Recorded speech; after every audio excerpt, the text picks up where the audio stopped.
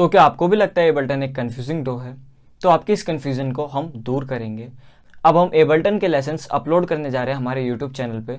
तो आप हमारे यूट्यूब चैनल को सब्सक्राइब कर लीजिए ताकि आपको इन लेसन्स की नोटिफिकेशन टाइम टू टाइम मिलती रहे।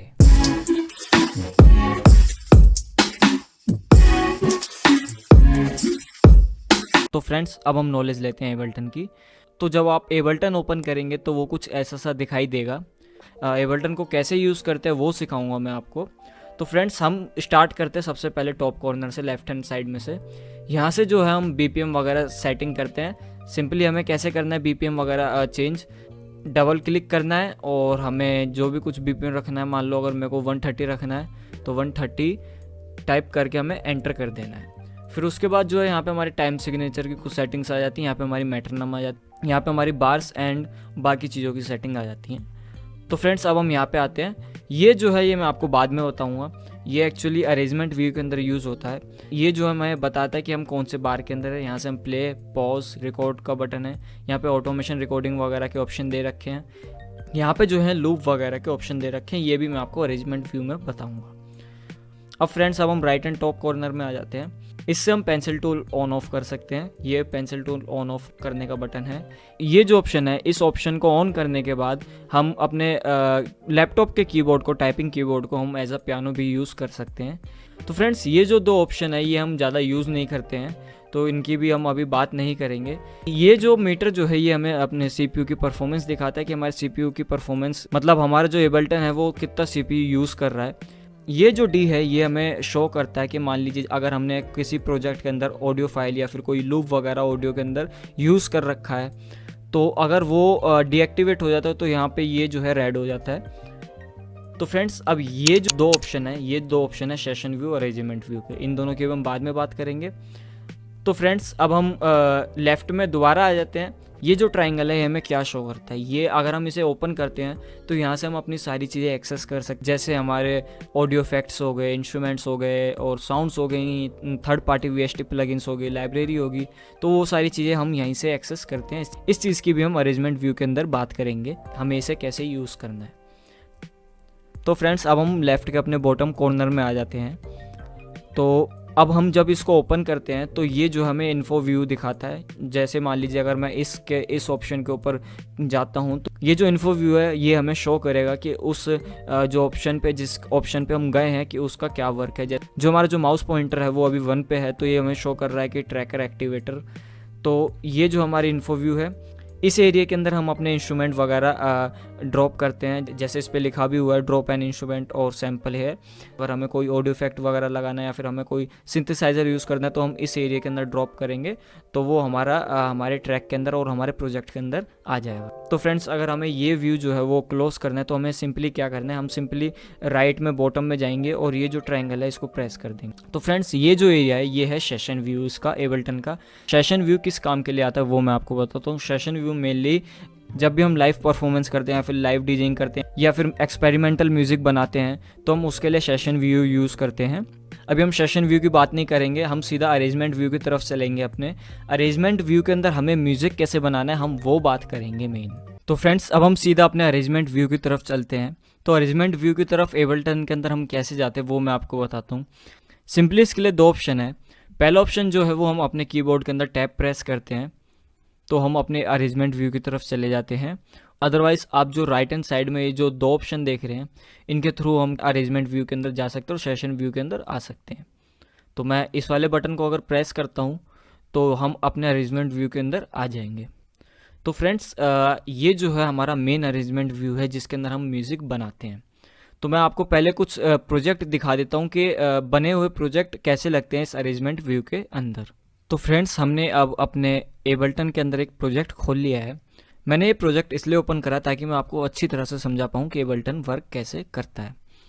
तो सिंपली फ्रेंड्स, जैसे आप देख सकते हैं जो प्रोजेक्ट ओपन हो चुका है, मैं पहले इसको पूरे प्रोजेक्ट को ओपन कर लेता हूँ।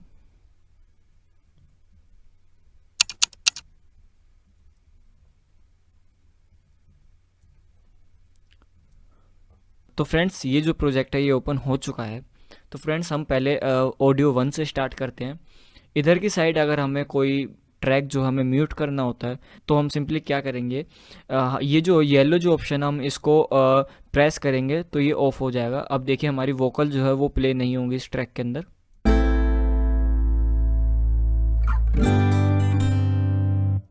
अब जैसे ये चीज़ म्यूटेड है, अब हम इसे दोबारा प्रेस करेंगे तो ये जो वोकल है हमारे ट्रैक के अंदर ऐड हो जाएगी। हम इसे सुन के देखते हैं दोबारा। तू है कि मुझ में। तो फ्रेंड्स अगर हमें कोई चीज़ म्यूट करनी है या फिर अनम्यूट करनी है तो हम सिंपली इस ऑप्शन का यूज़ करेंगे। फिर जो आता है ऑप्शन वो हमारे पास आता है सोलो का। सोलो मीन्स अब मान लीजिए मेरे को पियानो जो है वो सोलो सुनना है, मतलब कोई और साउंड प्ले ना हो, मेरे को बस पियानो पियानो सुनना है, तो मैं सिंपली क्या करूँगा, मैं इस ऑप्शन को जो है प्रेस कर दूंगा। तो अब मैं खाली पियानो को सोलो सुन सकता हूँ।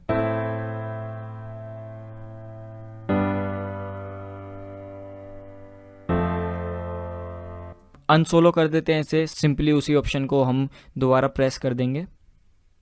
तो फ्रेंड्स अब जो ऑप्शन आता है ये आता है रिकॉर्डिंग का। मान लीजिए अगर हमें कोई रिकॉर्डिंग करनी है तो हम पहले ऑडियो चैनल जो है वो हम खोलेंगे, या फिर अगर हमें मिडी की रिकॉर्डिंग करनी है तो हम मिडी चैनल खोलेंगे। फिर उसके बाद हम क्या करेंगे, जो हमारे पास जो रिकॉर्डिंग का जो ऑप्शन है इसको हम प्रेस कर देंगे। हम फिर रिकॉर्डिंग कर सकते हैं अपनी ईजिली। जैसे अगर हमें मिडी की रिकॉर्डिंग करनी है तो हम मिडी की रिकॉर्डिंग कर सकते हैं, अगर हमें ऑडियो की रिकॉर्डिंग करनी है हम ऑडियो की रिकॉर्डिंग कर सकते हैं। ये भी चीज़ मैं आपको बाद में बताऊँगा कि हमें मिडी और ऑडियो की रिकॉर्डिंग इसके अंदर कैसे करनी है। अब ये जो ऑप्शन है ये हमारे वॉल्यूम वगैरह का ऑप्शन है, यहाँ से हम अपनी वॉल्यूम वगैरह सेट कर सकते हैं। और फिर ये जो ऑप्शन है हम इस ऑप्शन से हम अपने ऑडियो की या फिर हमारे अपने मिडी ट्रैक की पैनिंग कर सकते हैं। अब मान लीजिए अगर मेरे को अपनी वोकल्स को राइट में रखना है तो सिंपली मैं क्या करूँगा, लेफ़्ट क्लिक करके अपने माउस को ऊपर की साइड ड्रैग करूँगा। तो फ्रेंड्स ये जो अब हमारी जो वोकल है ये सिर्फ अभी राइट स्पीकर के अंदर साउंड करेगी। तो फ्रेंड्स अब हमें इसे डिफ़ॉल्ट सेटिंग पे लाना है, तो सिंपली हम क्या करेंगे, या तो हम ड्रैग करके कर सकते हैं, या फिर अगर हम लेफ़्ट क्लिक 2 बार प्रेस करेंगे तो ये जो है अपनी डिफ़ॉल्ट सेटिंग के अंदर आ जाएगा। ये जो ऑप्शन है ये हमारे बस के ऑप्शन है। अगर मान लीजिए मेरे को कॉमन इफेक्ट लगाना है किसी चीज़ पे तो सिंपली मैं एक बस क्रिएट करूँगा यहाँ पे, और फिर जो ये जो ऑडियो जो होगी हमारी थ्रू मैं यहाँ से इसकी सेटिंग कर सकता हूँ, उस बस के अंदर भेज सकता हूँ यहाँ से। तो फ्रेंड्स ये उस चीज़ के ऑप्शन थे।